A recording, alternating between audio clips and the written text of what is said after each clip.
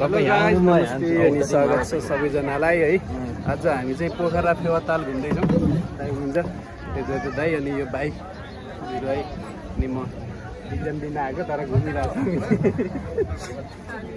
होइन। ल पहिलोचोटि चाहिँ हामी फेवातालमा पहिलोचोटि अनुभव अनि ऊ पारी मन्दिर छ होइन। मन्दिरसम्म पुगेर चाहिँ हामी दर्शन गरेर मन्दिरको अनि फेरि फर्किन्छौँ। त्यसपछि फेरि कोठारमा जान्छौँ है त। ल गाइज सबैलाई सम्झिरहेको छु। भिडियो आउँदै गर्छ हजुरहरूले मेरो युट्युबमा नयाँ जोडिनु भएको छ भने जोडिनु भएको छैन भने युट्युबलाई पनि सब्सक्राइब गर्न नबिर्सनु होला। सब क्यों जाएंगे भाई मजा यो विषय घुमाउने गोखरा सबै मोबाइल अभी हम घूम रहे हैं फेवाताल। हम जब वहाँ पहुंचे तो बात करना। इंडिया को फेवाताल में आए हैं हम लोग। फेवाताल में इंडिया को तो होइन दाइ हामी चाहिँ घुमिरहेछौँ है।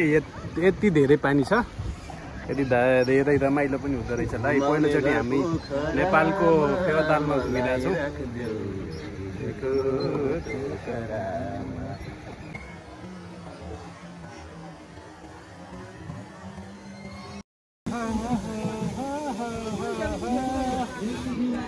या फेरि आफै लाउने हजुर उहाँ राख्छ त्यही भएर चाहिँ।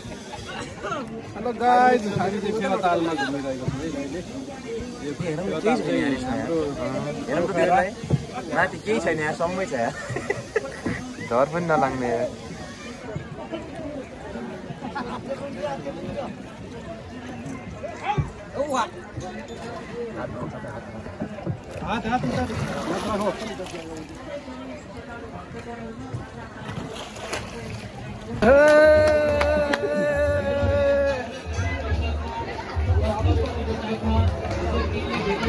हामी चाहिँ मन्दिरमा आइसकेको छौँ है। मन्दिरमा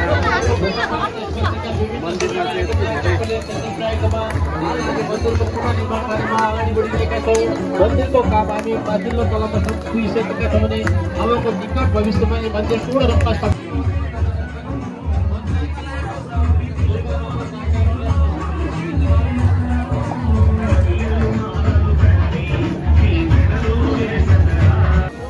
मन्दिरको कालबाराई मन्दिर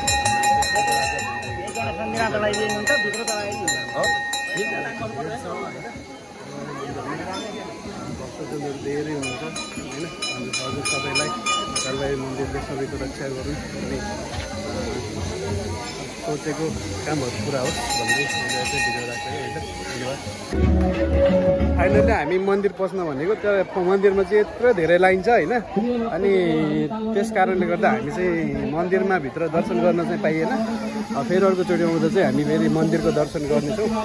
अहिले चाहिँ हामी यो मन्दिरको वरिपरि घुमेर यसो अवलोकन गर्छौँ अनि त्यसपछि मात्र जान्छौँ एकछिनपछि होइन।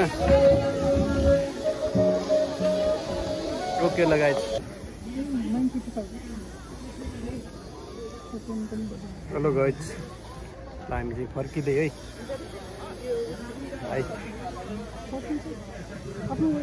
हामी चाहिँ मन्दिर अवलोकन गरेर फर्किसकेका छौँ होइन। कस्तो लाग्यो? दामी भइरहेछ, रमाइलो फिल भइरहेछ। हजुर यस्तो भिड छ कि होइन यहाँको। आधी घन्टै कुर्यो भने अनि फर्किनको लागि हामी ढुङ्गालाई चाहिँ आधी घन्टा कुरेर मात्र हामीले ढुङ्गा पायौँ। अनि त्यसपछि गएर हामी चाहिँ घर भन्दा नि रुममा फर्किन्छौँ। त्यसपछि केही समयपछि फेरि घर फर्किने पनि हो, समय धेरै छैन। अनि अरू साथीहरू चाहिँ कोठामै हुनुहुन्छ। हामी चाहिँ 3 जना भएर घुम्न आइरहेको छौँ है त। ओके गाइज अब अरू फेरि अर्को भिडियोमा बनाउँला। अहिलेलाई चाहिँ बाइ दाता।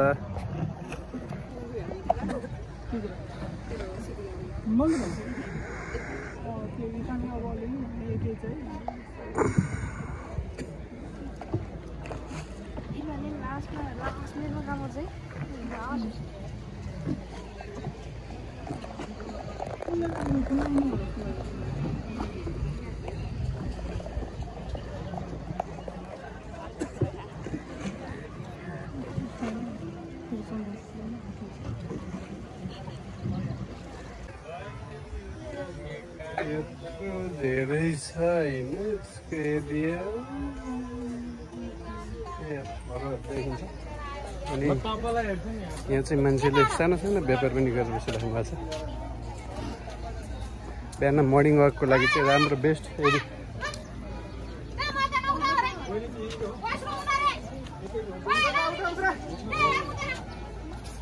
म बोलिनँ यो अवस्थामा।